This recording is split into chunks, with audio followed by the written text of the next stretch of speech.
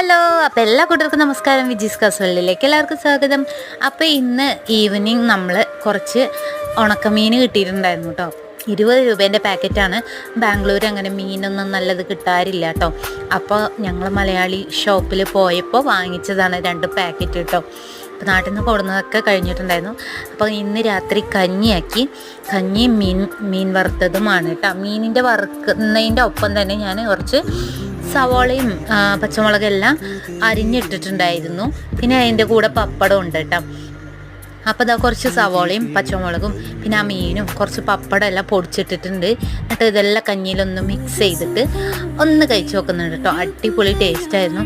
പപ്പടമാണെങ്കിൽ കോരിയിട്ട് കിട്ടുന്നില്ല കേട്ടോ. അപ്പോൾ ഇതാ അടിപൊളി ടേസ്റ്റായിരുന്നു. നല്ല തിരണ്ടി മീനിൻ്റെ ഫ്രൈ ചെയ്തതാണ് കേട്ടോ. അപ്പോൾ നിങ്ങളുടെ ഡിന്നർ എന്താണെന്നൊന്ന് പറയൂ. അപ്പോൾ ബൈ.